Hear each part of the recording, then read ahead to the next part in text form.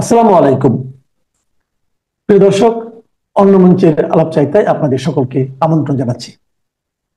আজ আমাদের সঙ্গে অতিথি হিসেবে আছেন সিনিয়র সাংবাদিক ও কলামিস্ট জনাব আনিস আলমগীর।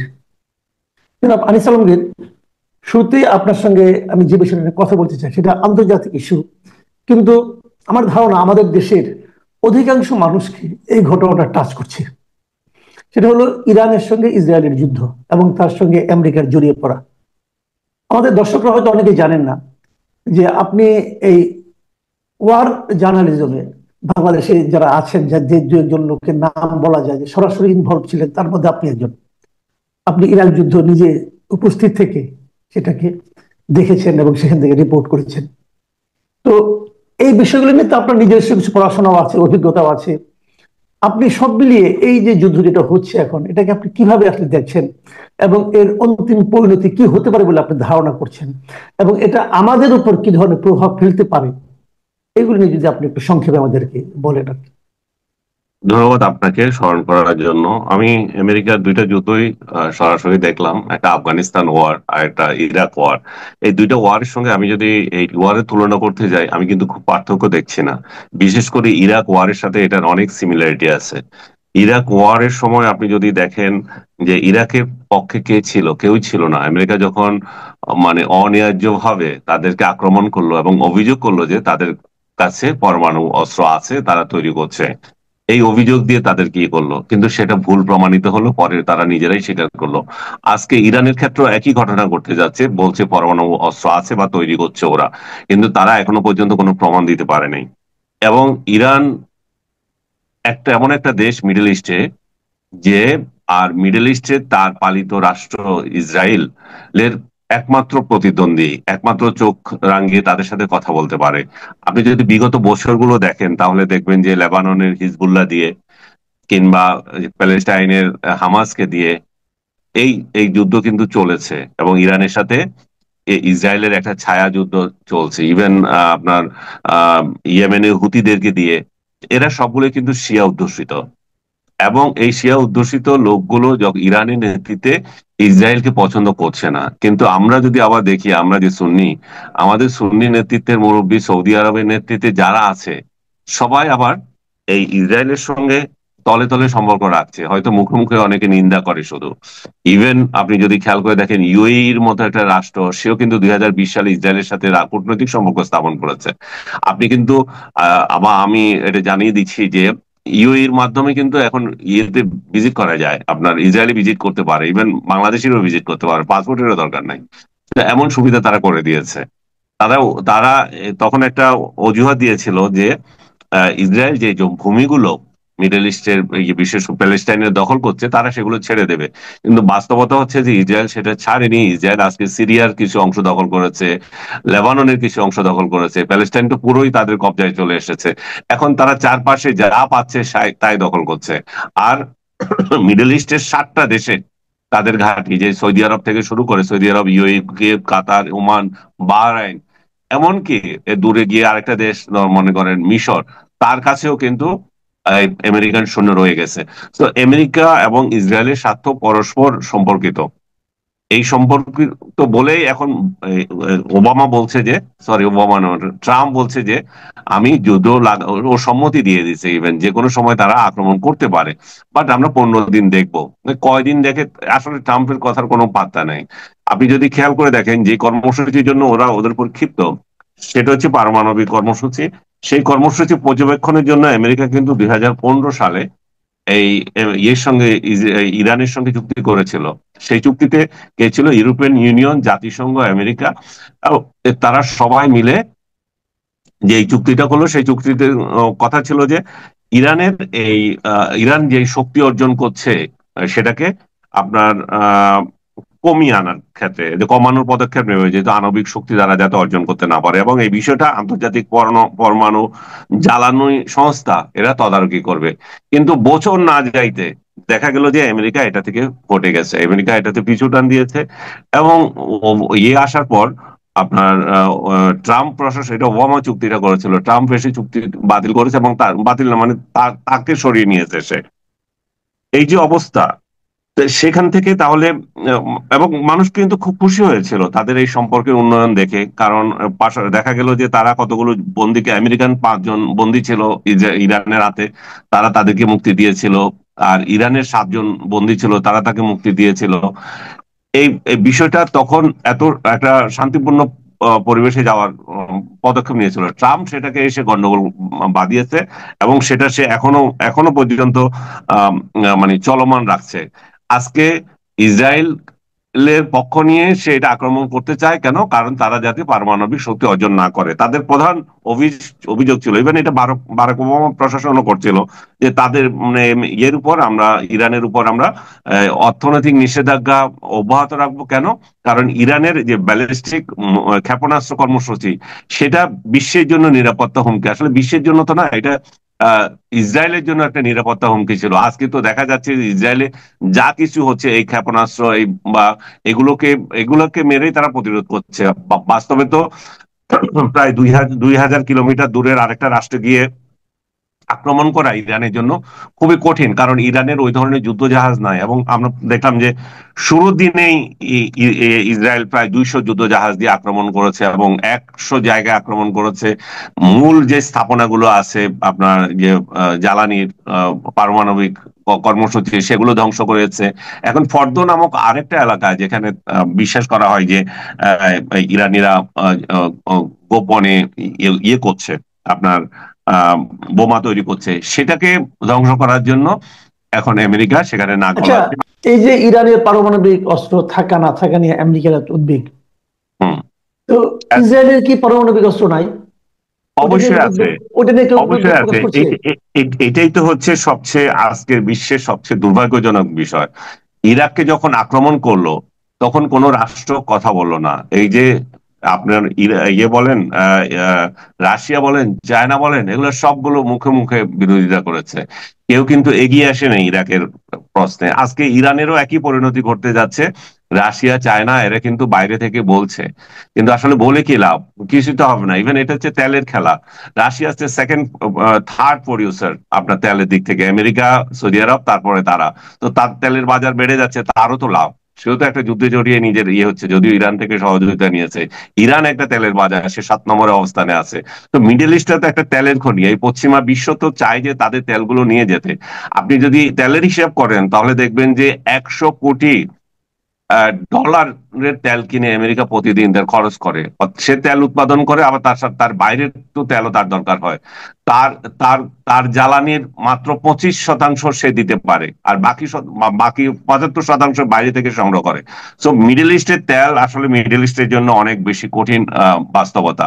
এবং আপনি যেটা বলছিলেন যে কেন এই ধরনের পরিস্থিতিতে হয়, কেউ কিছু বলছে না, এটা হচ্ছে যে আসলে একটা মানে একটা এই বিশ্ব ব্যবস্থাপনায় একটা যে বিষয় ছিল, সেটা একটা ভেঙে গেছে।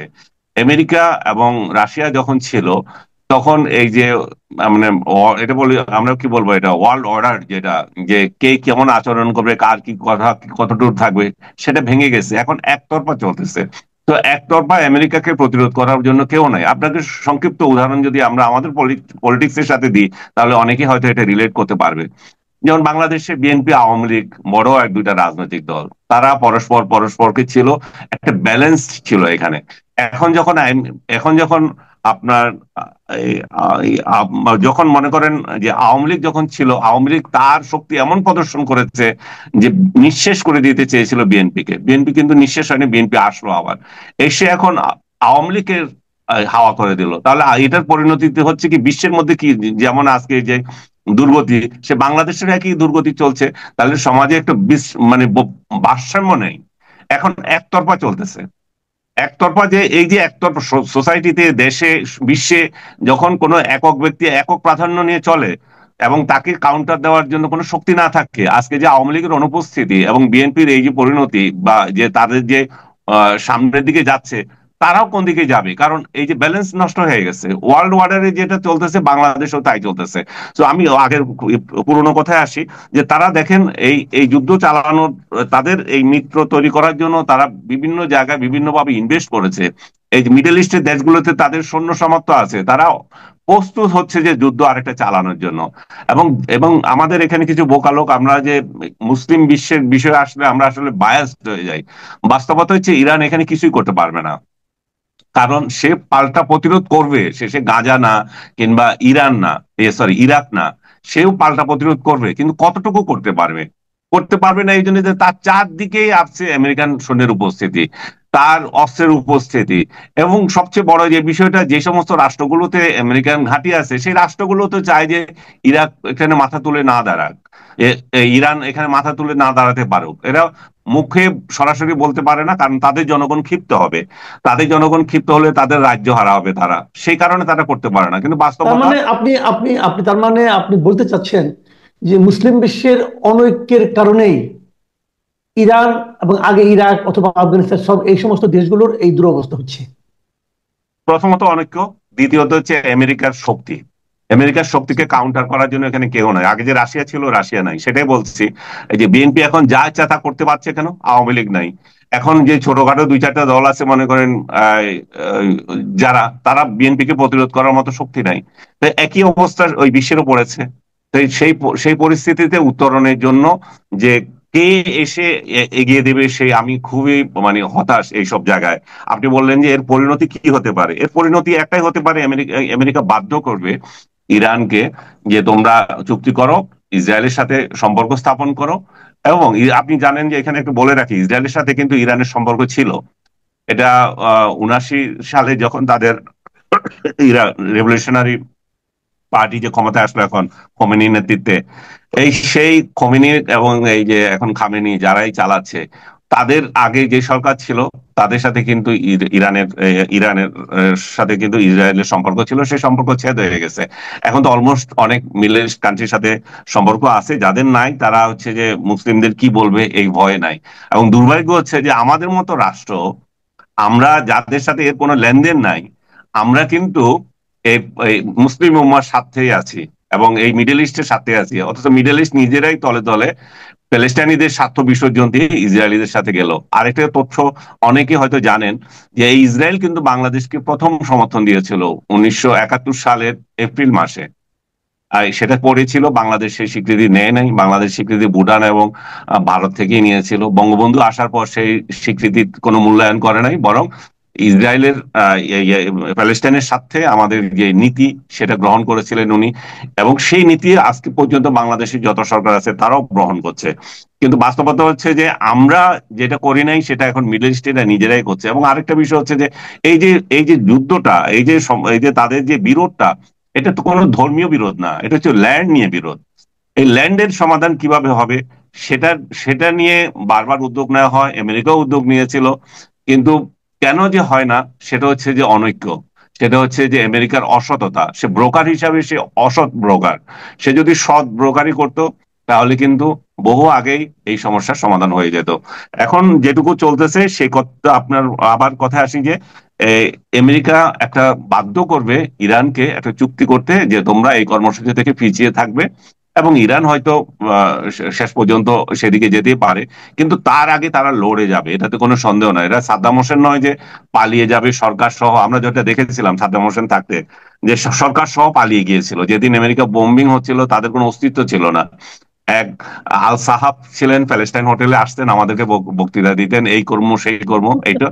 এখন কিন্তু ইরান তো তাদের পুরো প্রশাসন নিয়ে আছে তাদেরকে, এবং তাদের জাতীয় ঐক্য আরো দৃঢ় হচ্ছে। যেখানে তাদের সরকারকে মানে রিজিম চেঞ্জ করার জন্য ইসরায়েল আগ্রহ দেখাচ্ছিল, মানে উঠে পড়ে লেগেছিল ইসরায়েল এবং আমেরিকা, সেখানে উল্টা তাদের জাতীয় ঐক্য হচ্ছে। এবং এই যে খামেনি যদি সরেও যায়, দেখবেন যে আরেকজন খামেনি চলে আসবে, সেখানে কিন্তু সমস্যা হবে না। যেমন তাদের জেনারেলদেরকে হত্যা করার পরও তারা কিন্তু দমে যায় নাই। তাদের সবচেয়ে বড় ব্যর্থতা হচ্ছে তাদের গোয়েন্দা কর্ম শাখাটা একেবারেই দুর্বল হয়ে গেছে, সেই জায়গায় তারা বারবার মার খাচ্ছে।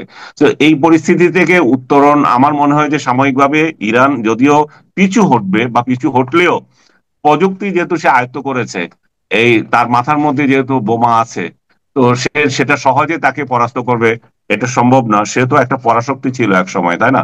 সে জি যতই জি। দমে যাক, কতটুকু তাকে দমাতে পারবে, এটা হচ্ছে বিষয়। আর এই ইসরায়েলের মধ্যেও কিন্তু বিদ্রোহ শুরু হবে। তারা একটা ফিলিংস পাচ্ছে, গত 2 বছর গাজাতে যেভাবে বোমা বর্ষণ করা হয়েছে। তো তাদের এই পরিস্থিতিতে তারা এই ফিলিংস পাওয়ার ক্ষেত্রে তারা তো একটা গণতান্ত্রিক রাষ্ট্র, কোনো সন্দেহ নাই। তো জনগণ কিন্তু ক্ষেপে উঠবে নেতানিয়াহুর বিরুদ্ধে। ওর বিরুদ্ধে এমনিও তো ক্ষেপা, যখনই ক্ষিপ্ত, যখনই সে ক্ষমতা হারাতে চায়, তখনই সে এই সমস্ত যুদ্ধ এবং আক্রমণ এগুলো শুরু করে। জি, এখন আমরা একটু আলোচনা, আমরা অনেক লম্বা হলো অলরেডি। আমার মনে হয় দর্শকরা আন্তর্জাতিক বিষয়ে আগ্রহ দেখাবেন। আমরা এখন একটু জাতীয় অঙ্গনে ফিরে আসতে চাই। একটাই প্রশ্ন করব, সেটা হলো যে এই লন্ডন বৈঠক যেটা হলো, লন্ডন বৈঠকের পর আমাদের যেটা মনে হচ্ছে দেশের রাজনৈতিক মেরুকরণে মনে হয় একটু পরিবর্তন আমরা দেখতে পাচ্ছি।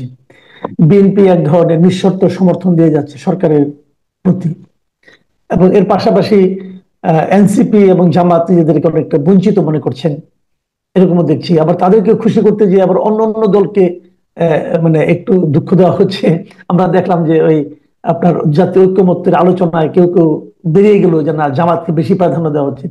এই যে বিষয়, এই বিষয়গুলো কি আমাদের সামনের রাজনীতিতে কিরকম প্রভাব ফেলবে, এবং নির্বাচন কি আপনি মনে করেন ফেব্রুয়ারিতে হতে পারে? নির্বাচন ফেব্রুয়ারিতে হতে পারে, এটা আমার আশাবাদ। কারণ ফেব্রুয়ারি না হয় আর কি করবে? যদি ডক্টর ইউনূসের নিয়ত থাকে, নিয়ত হচ্ছে আসল কথা। আমি যে বললাম না, ব্রোকার হিসাবে আমেরিকা যে ভালো ছিল না, সেই জন্য প্যালেস্টাইন ইস্যু সমাধান হয়নি। তবে ডক্টর ইউনূস যদি ভালো নিয়তে থাকে, তাহলে সেই আমাদের ফেব্রুয়ারিতে ইলেকশন হয়ে যাবে, এবং যারা মানে ভোটে জিতে তারা ক্ষমতা দখল করবে। ক্ষমতা দখল শব্দটা বারবার চলে আসে। ওই দিন ডক্টর ইউনূসের সম্পর্কে দখল বলেছে, এই জন্য কিছু লোক সমালোচনা করছে। আসলে বাংলাদেশের রাজনীতিটা হচ্ছে যেমন, যে ক্ষমতা গেলে তো তারা দখলদারিত্বের মতো আচরণ করে। আমরা কি করবো ভাই, আমাদের শব্দ চয়নে এই জন্য সমস্যা হয়। তো ডক্টর ইউনূস যদি আহ ইলেকশন দিতে চান, তাহলে অবশ্যই উনি একটা ভালো ইলেকশন দিতে পারেন। কিন্তু আমি মনে করি যে বিএনপি সাথে তারা যে আচরণ করছে, সরকার, সেটা অবশ্যই বিএনপি কাছে, বিএনপি এটা ন্যায্যত দাবি করে যে আমরা বড় একটা দল, আমাদেরকে যথাযথ, বিএনপি দাবি করে না, মানে সরকারেরই দরকার হয়ে গেছে যে বিএনপি কে হাতে রাখা। কারণ তার লেজিটিমেসি লেজিটিমেসি বলেন, আর তার যে সরকার যে টিকিয়ে রাখতে যে আহ, মানে দরকার আর কি, যে যে ঘটনা রাস্তায় নামে গেলে ওরা তখন তো একটা সমস্যা হবে। কিন্তু এবং এটা নিয়ে যে তার বিরুদ্ধে নিরপেক্ষতার অভিযোগ তুলছে, সেটা যেমন সত্য, কিন্তু এই দলগুলো তো অন্য দলকে যে প্রাধান্য দিচ্ছে না, সেটাও তো সত্য। জামাত যখন বলেন যে জামাত নেতারা বলেন যে তারা এই সরকার বিএনপি কে প্রাধান্য দিচ্ছে, তেমনি জামাত নেতারা কিভাবে অন্য অন্য রাজনৈতিক দলগুলোকে মানে টিটকারি করে যে আপনাদের কয়জন আছে। তার মানে তো একই ঘটনা, যে বড় সে তাহলে বাকিদেরকে ছোট করেই দেখবে। তো আমি মনে করি যে এগুলো খুব বড় সমস্যা নয়, এগুলো তারা বসলে ঠিক হয়ে যাবে। এই গণফোরাম বা সিপিবি, বাসদ যাদেরকে এই ধরনের টিটকারি মেরেছিল, তো সেটাও মানে যে পাশাপাশি বসলে এগুলার সমস্যার সমাধান হয়ে যায়। মূল বিষয়টা হচ্ছে যে আসলে সরকার নিরপেক্ষ আচরণ করবে কিনা। সরকার তো এখনই মনে হচ্ছে যে বিএনপি কে ক্ষমতায় বসানোর জন্যই আছে। বিএনপি 5ই আগস্টের পর থেকে কিন্তু ক্ষমতায় বসে আছে। তাদের যত জায়গায় চাঁদাবাজি বলেন, প্রশাসন বলেন, সর্বত্র তাদের লোক আছে। এখন তারা বলতে পারে যে না, প্রশাসনে আমাদের নাই, মানে আহ প্রশাসনের বহু জায়গায় এখন জামাত দখল করেছে। এনসিপি ও আছে পেছনে, কিন্তু এনসিপি যেহেতু অবস্থান নাই, তো তার হয়তো সেই অবস্থা নাই। জামাতে যে প্রশাসন, জামাত যেভাবে দখল করছে, তাদের নিজস্ব লোকগুলোকে তারা নিজস্ব জায়গায় দিয়েছে। আর প্রশাসনের আরেকটা অংশ যারা হাওয়া বুঝে চলে, যে যেহেতু তারা বুঝতে পারছে যে আগামীতে ক্ষমতায় বিএনপি আসবে এবং আওয়ামী লীগ এখানে অনুপস্থিত, তো ওরাও মানে আত্মসমর্পণ করে ফেলছে আর কি, প্রশাসন পুরোটাই বিএনপির প্রতি।